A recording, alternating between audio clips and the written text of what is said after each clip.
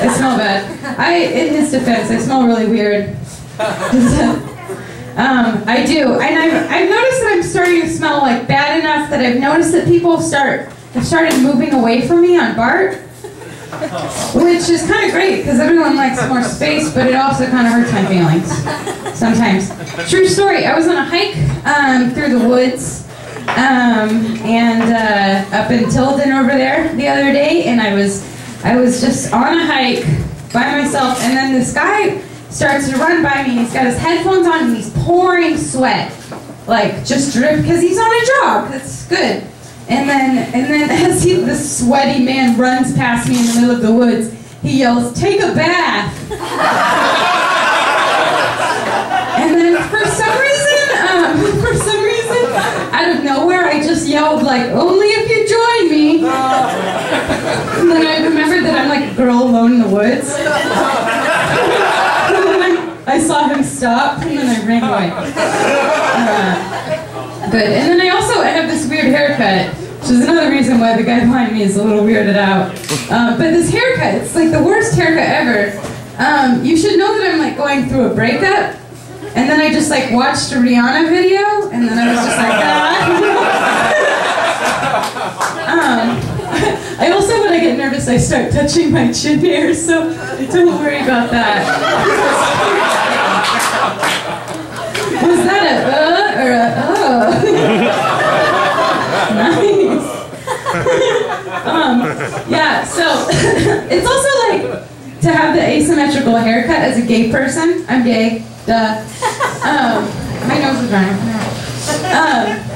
So to have this haircut as a gay person is very like, I'm like someone, I don't know what I am, but like a lot of women when they meet people, like they either kind of like more masculine presenting, more feminine presenting people. And I like to have this haircut because I can really go either way.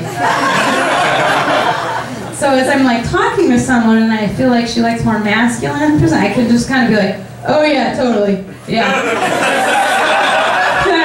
That WNBA game was so crazy. And then my other side is just so like, shut up. I don't even know anything about basketball. I don't. So yeah, haircut. Weird haircut, smell bad. That's like also like part of being like a queer punk living in West Oakland, right? Yeah. Or like a white person living in West Oakland, right? Let's be honest. I try to make it sound better than it is, but it's bad. I'm definitely, yeah. I think there's like a thing where it's like, if you're gentrifying a neighborhood and you're a white person, you have to do everything you can to take away from what you're doing. You gotta look so weird and smell so bad. Like, for example, I'm gonna talk shit about somebody. I know this, who's not me, because let's take the focus off me. But I know this kind of like punk guy, and he wrote this zine, and he comes from a very privileged class background, by the way. And so he wrote this zine, and it had like pictures of condos, and then it said like class wars on it. And I was kind of like, yeah, right, dude. Yeah, right. Just because you smell bad doesn't mean you're gentrifying any less than the yuppie commuters. Like, you're just gentrifying and putrefying at the same time. That was a miss. That's okay. That was a bad joke. Nobody knows what a zine is. It's a bad joke. Yeah, so, and also, I just like to point out, I know that like a lot of white people will like try to talk about race in a way that kind of separates themselves from the problem, or like their history of privilege and, you know, horrible other things. And I just want you guys to know that I don't do that because I'm not like that. You guys are really fun. I'm having a great time. Also, okay, I just have to keep talking about this horrible person I am. But I was in my neighborhood and a girl actually started rapping to me. And she was rapping like so that I would get out of her neighborhood, like those were the lyrics. But like,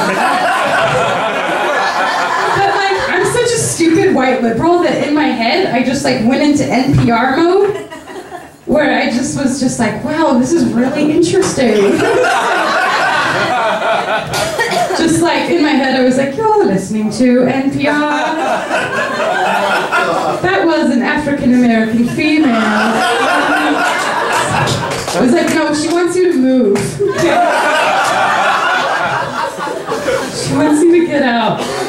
And then somebody wrote downtown, like, get out Whitey or something like that. And then my first emotion was just kind of like, oh, what did we ever, only the worst things possible in humanity. We've done them and continue to do them. So that's what we do. I feel like it's funny to me when people say it like people get really uncomfortable and they're like, oh, what is this, because of slavery? Like, are you bringing that up again? And they say it like it's like, oh, is this about the one time I looked at that waitress? It's like, no, it's a bigger deal than that. Those sorts of things. Horrible. Good. I have to talk about sex now.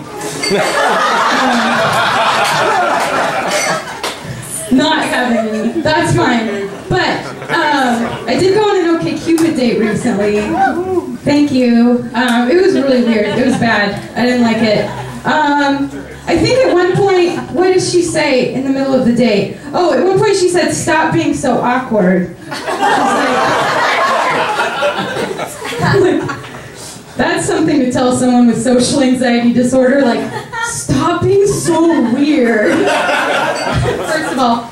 And then she also said, like, when she was trying to, work it, she was like, I bet that nobody thinks you're as cute as I do. I was like, they probably do, right? Come on. So I slept with her. Show her how cool I am. Great, that's kind of what I do. I have a straight roommate also, and she likes to ask me for sex advice, like I'm like her own personal Dan Savage or something. I'll take it. But she was kind of talking about her boyfriend, and she was like, so my boyfriend, he has kind of a small penis, and he sort of comes too fast.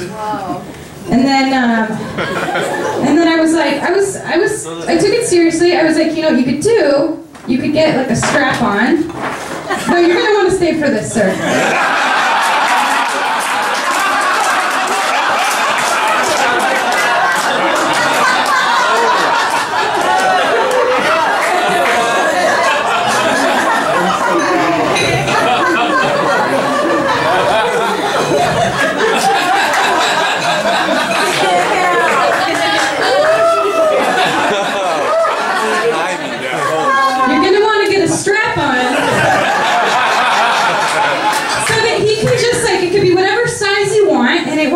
Fast, because it won't even do that unless you get like really ripped off somewhere.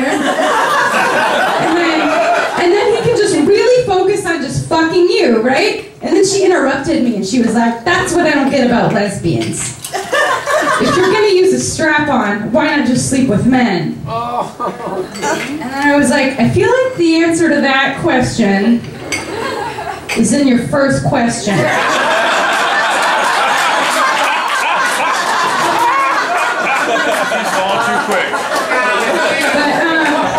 I do want to leave you with this masturbation tidbit, because I obviously masturbate constantly, and I don't mean to brag, but I'm really, really good at it. And I actually, I had an orgasm. Has anyone ever had an orgasm that's so good that you just like fucking see color and shit? I had an orgasm recently that was so fucking intense that as I was coming, I just like saw the Chicago Bulls logo.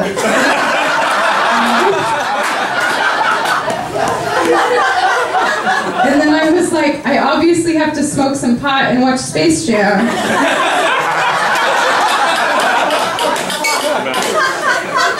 And then I was like, I'm gonna be alright. Alright, let's bring Mike back up. Thanks, guys. Jessica Sele.